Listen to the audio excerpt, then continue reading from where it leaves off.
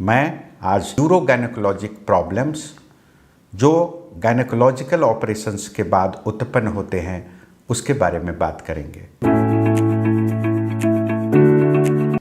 दोस्तों, मैं doctor Shyam Babu Prasad, RN super speciality hospital and research centre private limited में मूत्र रोग विशेषज्ञ हूँ।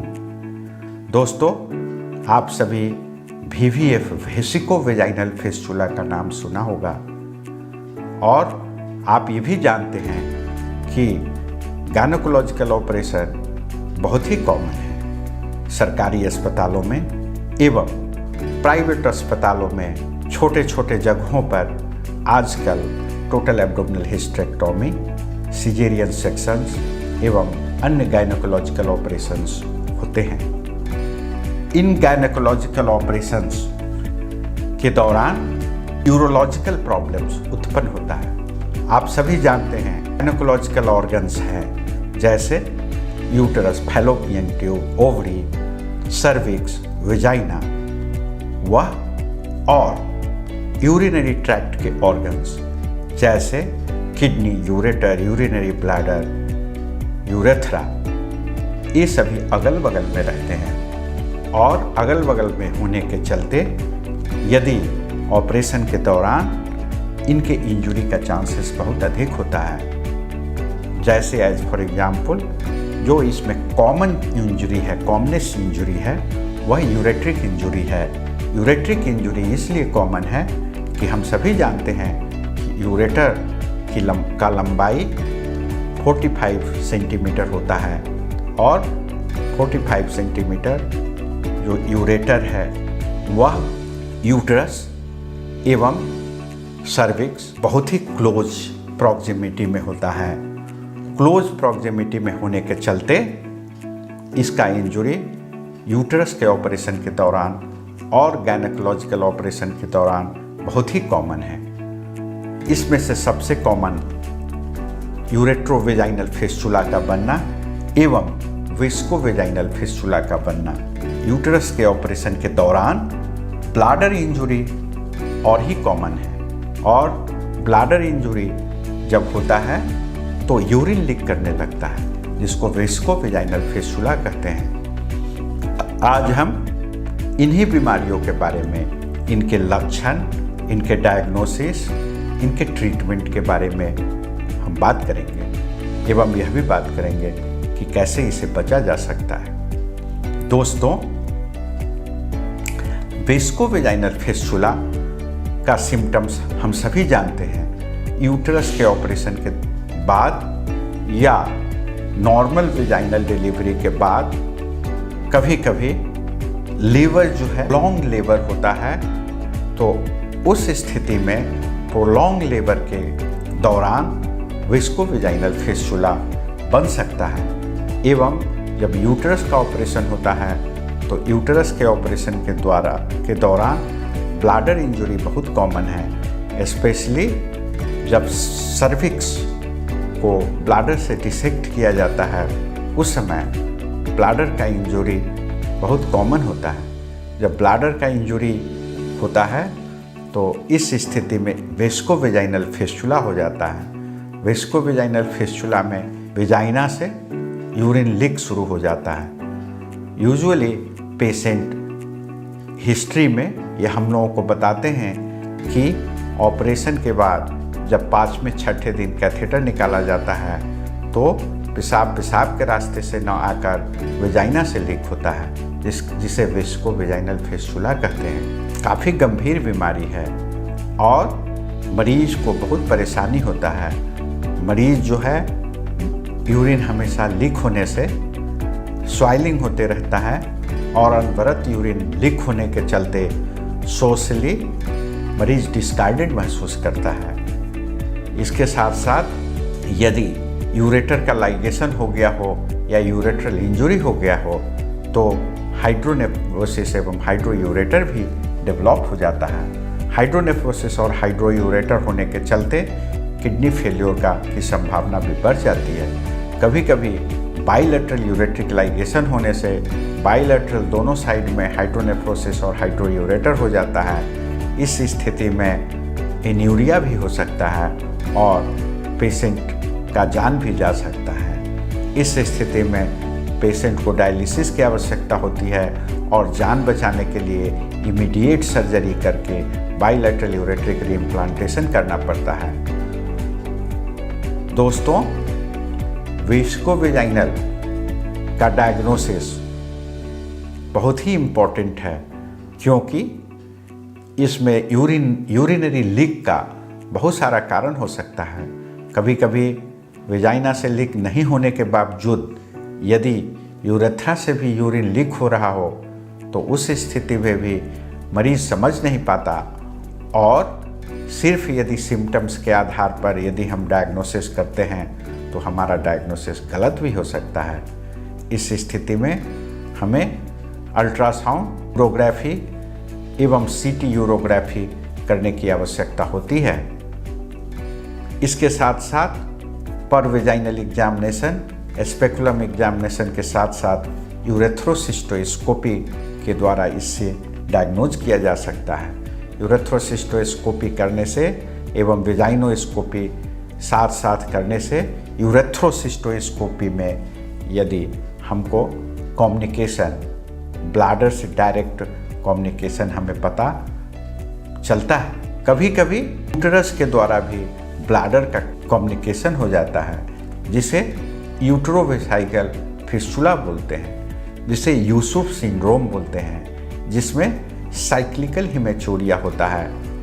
और आपको जानकर आश्चर्य होगा कि मेंस के समय में पेशाब के रास्ते से ब्लड का आना यह इंडिकेटर है, यह अंकित करता है, यह बताता है कि पेशेंट का यूटरस डायरेक्टली ब्लैडर से कम्युनिकेटेड है। इसे साइक्लिकल हिमेचूरिया कहते हैं, इसे यूसुफ सिंड्रोम कहते हैं। जब एक बार पता चल जाता है कि इसे वेसिकोवेजाइनल फिस्टुला है तो इसका इलाज मूत्र रोग विशेषज्ञ ही कर सकते हैं। अन्य स्पेशलिटी के डॉक्टर इसका इलाज नहीं कर सकते। मूत्र रोग विशेषज्ञ इसकी ऑपरेशन करके इसमें वेजाइना को ब्लैडर से कंप्लीटली सेपरेट करके और इसे रिपेयर करते हैं, जिसको वेस्कोवेजाइनल फिस्टुला रिपेयर कहते हैं। इसमें पर एब्डोमिनल ऑपरेशन भी होता है, इंट्रा एब्डोमिनल, एब्डोमेन ओपन करके, जिसको ओकोनर्स VVF रिपेयर बोलते हैं। इसमें ब्लैडर को कंप्लीटली वेजाइना से सेपरेट कर और वेजाइना और ब्लैडर को अलग अलग रिपेयर किया जाता है। इसे VVF रिपेयर कहते हैं। यदि यूरेट्रोवेजाइनल फिस्टुला यदि पता चलता है तो यूरेटर को रीइम्प्लांट, यूरेट्रोनियोसिस्टोस्टोमी के द्वारा इसका इलाज किया जा सकता है। तो इसमें ऑपरेशन बहुत कारगर है और ऑपरेशन के द्वारा मरीज को 100% रिजल्ट मिलता है। वेस्कोवेजाइनल फिस्टुला का रिपेयर का रिजल्ट इसके कारण पर डिपेंड करता है। कभी कभी वेस्कोवेजाइनल फिस्टुला का कारण गायनोकोलॉजिकल इंजुरी नहीं होता, कभी कभी मैलिग्नेंसी के चलते वेस्कोवेजाइनल फिस्टुला बनता है, कभी कभी रेडिएशन के चलते भी फिस्टुला का निर्माण हो जाता है, कैंसर के चलते वेस्कोवेजाइनल फिस्टुला है, और यदि प्रोलॉन्ग लेबर के चलते वेस्कोवेजाइनल फिस्टुला है तो दोनों में अंतर होता। मैलिग्नेंसी के चलते यदि वेस्कोवेजाइनल फिस्टुला है तो इसमें एंटीरियर एक्सेंटरेशन ऑपरेशन होता है, जिसमें सारे पेल्विक ऑर्गन को निकालना पड़ता है, और यह एक बड़ा ऑपरेशन होता है और यह मरीज को ज़िंदगी बचाने का ऑपरेशन होता है। यदि रेडिएशन के चलते हैं तो भी इसका इलाज कंपैरेटिवली डिफ़िकल्ट होता है, जिसे कॉम्प्लिकेटेड फिस्टुला बोलते हैं। वेस्कोवेजाइनल फिस्टुला दो तरह के होते हैं, एक सिंपल वेस्कोवेजाइनल फिस्टुला और दूसरा कॉम्प्लिकेटेड वेस्कोवेजाइनल फिस्टुला। दोस्तों, सिंपल ब्लैडर इंजुरी से जो वेस्कोवेजाइनल फिस्टुला बनता है वह सिंपल वेस्कोवेजाइनल फिस्टुला कहलाता है, और जब कॉम्प्लेक्स, जैसे एज फॉर एग्जाम्पल फिस्टुला जो कि रेडिएशन के चलते, मैलिग्नेंसी के चलते, फॉरेन बॉडी के चलते और अन्य कारणों से यदि फिस्टुला का फॉर्मेशन होता है तो उसे वेस्कोवेजाइनल, कॉम्प्लिकेटेड वेस्कोवेजाइनल फिस्टुला कहते हैं। तो इस तरह से हम वेस्कोवेजाइनल फिस्टुला का ऑपरेशन के द्वारा इलाज कर सकते हैं। ऑपरेशन के अलावे मेडिसिन से इसका इलाज संभव नहीं है।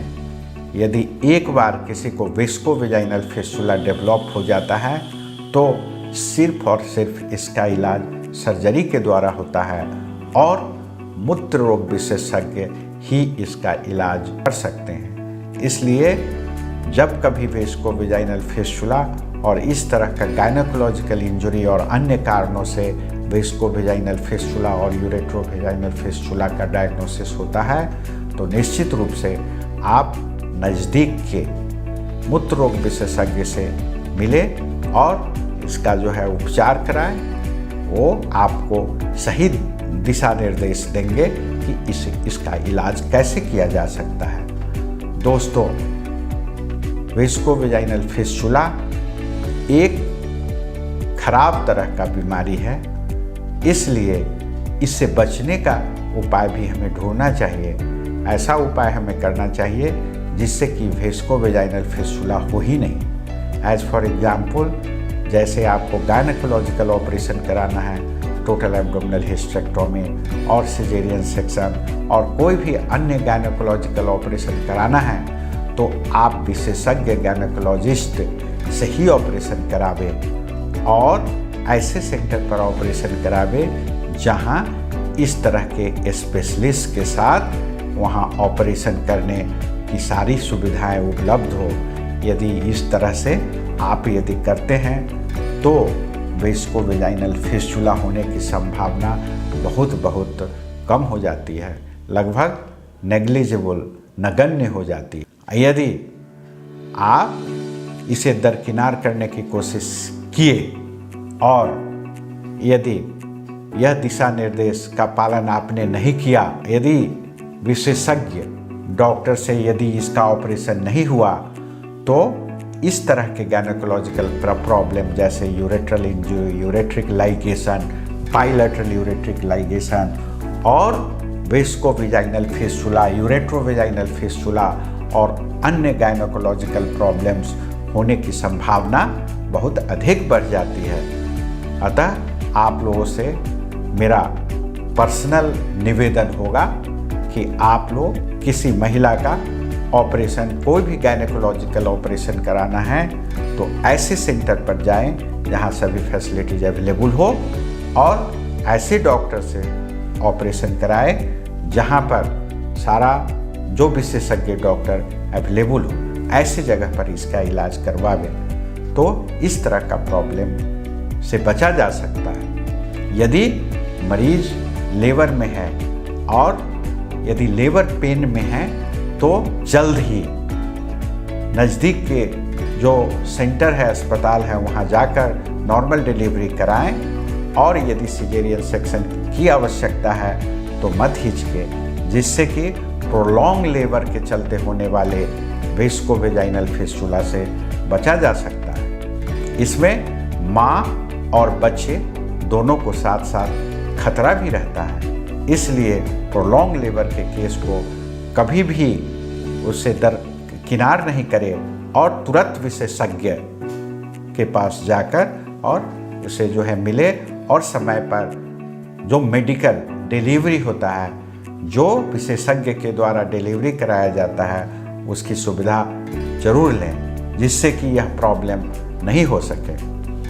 दोस्तों, है कि आज का वीडियो आपको बहुत पसंद आया होगा और आपको इससे काफ़ी इन्फॉर्मेशन भी प्राप्त हुआ होगा।